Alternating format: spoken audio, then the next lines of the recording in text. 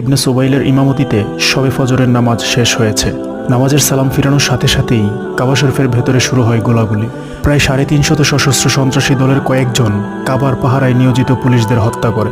কাবা শরীফের প্রবেশদ্বার বন্ধ করে দিয়ে মুসল্লিদের দিকে অস্ত্র তাক করে দাঁড়িয়ে পড়ে। অন্য একটা দল কাবা শরীফের ভূগর্ভস্থ অংশ থেকে বেরিয়ে এসে আকাশের দিকে গুলি ছুড়তে থাকে। সামনের কাতার থেকে একজন বেশ আক্রমণাত্মকভাবে উঠে আসে এবং কাবা শরীফের ইমাম মুহাম্মদ ইবনে সুবাইলের কাছ থেকে মাইক্রোফোন কেড়ে নেয়।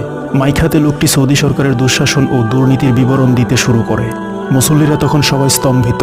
মাইক হাতে লোকটি হলো জোহাইমান আল ওতাইবি, যে কিনা একসময় সৌদি ন্যাশনাল গার্ডে চাকরি করত। সে এই পুরো আক্রমণের নেতা এবং সে সম্ভ্রান্ত নাজদ পরিবারে জন্মগ্রহণ করেন বলে জানা যায়, যার নেতৃত্বে এই অবরোধ হয়। তিনি ঘোষণা করেন যে তার ভগ্নিপতি মোহাম্মদ আবদুল্লাহ আল কাহতানি মাহাদি হিসাবে কয়েক বছর আগে পৃথিবীতে আবির্ভূত হয়েছেন। তার অনুসারীরা এই মতবাদ মেনে নিল যে আল কাহতানির নাম এবং তার পিতার নাম মোহাম্মদ সাল্লাল্লাহু আলাইহি সাল্লামের নাম ও তার পিতার নাম একই। উপরন্তু তারা আক্রমণের দিন হিসাবে 20 নভেম্বর 1979 1400 হিজরি সালের প্রথম দিন নির্ধারণ করে, কারণ হাদিস অনুযায়ী প্রত্যেক শতাব্দীতে একজন মুজাদ্দিদের আগমন হয়। সৌদি সরকারের দুঃশাসনের বিস্তারিত বলে এবং পৃথিবী জুড়ে অন্যায় ও পাপ কর্মের বিবরণ দিয়ে জোহাইমান উপস্থিত 50,000 মুসল্লিকে বোঝাতে চেয়েছিল যে এটাই পরিবর্তনের মোক্ষম সময়। কিছুক্ষণ বক্তৃতা দেওয়ার পর মুসল্লিদের হতবাক করে দিয়ে জোহাইমান বলল, একমাত্র ইমাম মাহাদির কাছেই আছে পরিত্রাণের উপায় এবং তিনি আজকে আমাদের মাঝে উপস্থিত রয়েছেন। এরপর সে বলা শুরু করলো রাসূল সাল্লাল্লাহু আলাইহি ওয়াসাল্লাম ইমাম মাহাদির আগমন সম্পর্কে কি বলে গিয়েছেন সেগুলো। ঘটনার আকস্মিকতা কাটার আগেই সে উপস্থিত মানুষদের মধ্য থেকে দ্বিতীয় একজন ব্যক্তিকে দাঁড়াতে বলল। সেই ব্যক্তি দাঁড়ালো এবং ধীর গতিতে রুকন ও মাকামের মধ্যবর্তী স্থানে এসে অবস্থান গ্রহণ করল। এই দ্বিতীয় ব্যক্তিটি ছিল মুহাম্মদ বিন আবদুল্লাহ আল কাহতানি, অর্থাৎ তথাকথিত ইমাম মাহাদি। উল্লেখ্য যে প্রতি নামাজের পর জানাজা হয় কাবা শরীফে। জানাজার জন্য সেদিন জোহাইমানের সহযোগীরা হারাম শরীফে প্রবেশ করিয়েছিল বেশ কয়েকটি কফিন, যার কোনোটিতেই লাশ ছিল না। কফিন ভর্তি ছিল শুধু আগ্নেয়াস্ত্র। তখন আবার কাবা শরীফের নির্মাণ কাজ চলমান ছিল। এর সুযোগ নিয়ে জোহাইমান কিছু পিকআপ ট্রাকে আরও কিছু আগ্নেয়াস্ত্র কাবার ভূগর্ভস্থ অংশে আগের দিন চালান করে দিয়েছিল। তখন বিন লাদেন গ্রুপ দ্বারা মসজিদ সম্প্রসারণ করা হচ্ছিল। বিন লাদেন গ্রুপের একজন এই ঘটনা দেখে ফোন করে বাইরে জানিয়ে দেয়। ঠিক এরপরই সন্ত্রাসীরা কেটে দেয় টেলিফোনের তার, কিন্তু বিশ্ব জেনে যায় কাবায় কিছু একটা হচ্ছে। উল্লেখ্য যে সেই ধনী বিন লাদেন গ্রুপ, যার প্রতিষ্ঠাতা মোহাম্মদ বিন লাদেন, তার পুত্রই ওসামা বিন লাদেন। তবে বিন লাদেন গ্রুপের সাথে আল কায়দার কোনো সম্পর্ক ছিল না এবং এখনও সুনামের সাথে কাজ করে যাচ্ছে এই মাল্টিন্যাশনাল কোম্পানি। সন্ত্রাসীরা মসজিদের উপরে ডিফেন্সিভ পজিশনে চলে যায়। তারা মিনারে মিনারে স্নাইপার রাখে আর বাকি সবাই আশ্রয় নেয় মাটির নিচে। বাইরের কেউ জানতো না যে ভেতরে কজন জিম্মি আছে এবং এও জানতো না যে ভিতরে কি হচ্ছে, কেমন ক্ষয়ক্ষতি করছে, এরা কারা, কি চায়, কি করবে ইত্যাদি। প্রিন্স ফাহাদ তখন তিউনিসিয়াতে মিটিংয়ে ছিলেন আর ন্যাশনাল গার্ডের প্রধান প্রিন্স আবদুল্লাহ ছিলেন মরক্কোতে। তাই কিং খালিদ এই মিশনের দায়িত্ব দিলেন প্রতিরক্ষা মন্ত্রী প্রিন্স সুলতানের ওপর। সাথে ছিলেন স্বরাষ্ট্রমন্ত্রী প্রিন্স নায়েফ। প্রথম দিকে 100 পুলিশ মসজিদ পুনরুদ্ধার করতে চেষ্টা করে, কিন্তু প্রচুর পুলিশ সন্ত্রাসীদের গুলিতে প্রাণ হারায়। ভিতরে জিম্মিকারীরা সংখ্যায় প্রচুর অনুমান করে পুলিশের সাথে সৌদি আর্মি এবং ন্যাশনাল গার্ড যোগদান করে। মিনারে সুবিধাজনক অবস্থানে থাকা সন্ত্রাসীদের সাথে পেরে ওঠে না যৌথ বাহিনী। প্রচুর সৈনিক স্নাইপারের গুলিতে নিহত হয়। জরুরি মিটিংয়ের সিদ্ধান্ত অনুযায়ী সৌদি সরকার মুসলিম রাষ্ট্রসমূহের ভেতর সবচেয়ে চৌকস পাকিস্তানি আর্মি স্পেশাল ফোর্সের সাহায্য চায়। পাকিস্তান আর্মি এসে সম্মিলিতভাবে নতুন করে ছক কষে। রাতের মধ্যে পুরো মক্কা খালি করে ফেলা হয়। শূন্য হয়ে পড়ে মক্কা নগরী। এই পর্যায়ে এসে সম্মিলিত বাহিনীকে ধর্মীয় বাধার সম্মুখীন হতে হয়। বাইরে যতটুকু খবর বেরিয়েছে তা থেকে ফতোয়া কমিটি দ্বিধাদ্বন্দ্বে ভুগছিল। এটি কি আসলেই ভবিষ্যৎবাণীর সাথে মিলে যাচ্ছে নাকি বানোয়াট? অনেক কিছুই মিলছে, আবার মিলছেও না। তাছাড়া হারাম শরীফের রক্তপাতের আদেশ দেওয়া কি উচিত হবে ইত্যাদি। উল্লেখ্য, মানুষ হত্যা তো অনেক দূরের কথা, সাধারণ অবস্থায় মক্কাতে গাছও পর্যন্ত উপড়ে ফেলা যায় না। গাছের প্রাণ নিধন করাও হারাম। ফতোয়া কমিটির প্রধান আবদুল্লাহ ইবনে বাজ সংশয়ে পড়ে যান। কাবা শরীফের পুরো নিয়ন্ত্রণ তখন জোহাইমানের হাতে। সে কাবা শরীফের সবকটি টেলিফোন লাইন কেটে দিল। কাবা শরীফের মিনারের উপর তার বাহিনীর লোক নিয়োজিত করল, যাতে কেউ সামনে আসলেই তাকে হত্যা করা যায়। তারপর মাইকে তার আওয়াজ মক্কার অনেক জায়গাতে শোনা যেত। সে দাবি জানালো যে রাজ পরিবারের ক্ষমতা তার কাছে হস্তান্তর করার জন্য। সৌদি আরব সরকার এই প্রথম এই ভয়াবহ সমস্যার সম্মুখীন হলো। কাবা শরীফে কি ঘটছে তা তাদের কাছে ধোঁয়াটে। যখন বুঝতে পারলো যে সন্ত্রাসীরা কাবা শরীফ দখল করে নিয়েছে, তখন তারা ঠিক করতে পারলো না যে তাদের কি করা উচিত, কারণ কাবা শরীফে সকল প্রকার যুদ্ধ, বিগ্রহ, হত্যা নিষিদ্ধ। সৌদি আরব সরকার আগেই ফতোয়া কমিটির প্রধান ওলেমা আব্দুল আজিজ বিন বাজের কাছে ফতোয়া চায়।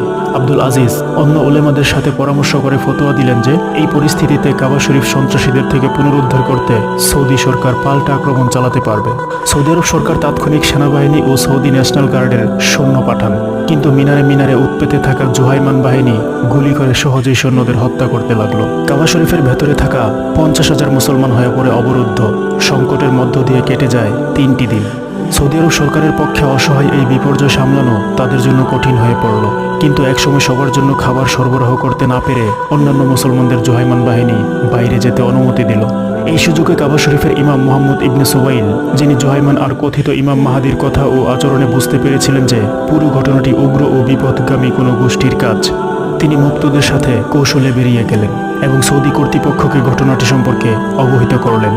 সৌদি কর্তৃপক্ষ জুহাইমান ও কথিত ইমাম মাহাদিকে আত্মসমর্পণ করার আহ্বান জানালো, কিন্তু জুহাইমান অনমনীয়।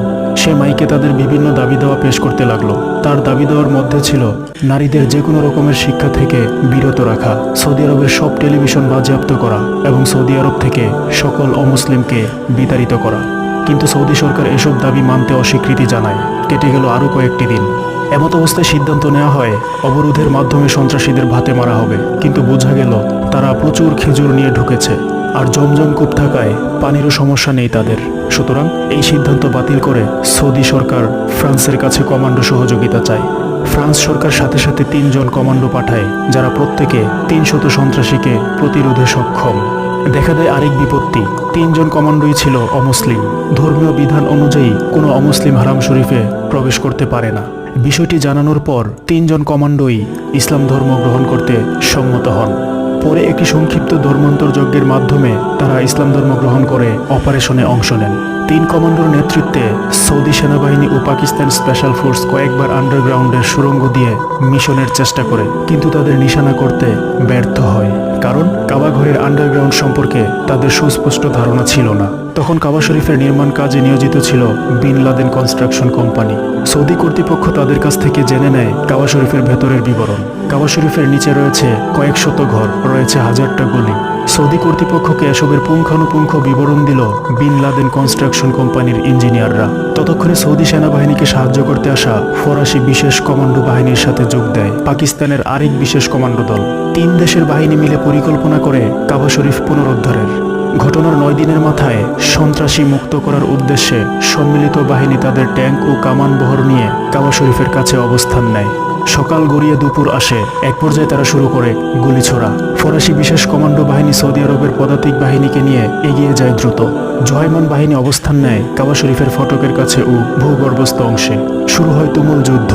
ভূগর্ভস্থ অংশ থেকে সন্ত্রাসীদের বের করে আনতে ফরাসি বিশেষ কমান্ডো বাহিনী পানি দিয়ে কাবা শরীফের পুরো মেঝে পরিপূর্ণ করে দেয় এবং তার মধ্যে বৈদ্যুতিক তার কেটে দিয়ে বিদ্যুৎ তাড়িত করে দেয় জায়গাটা।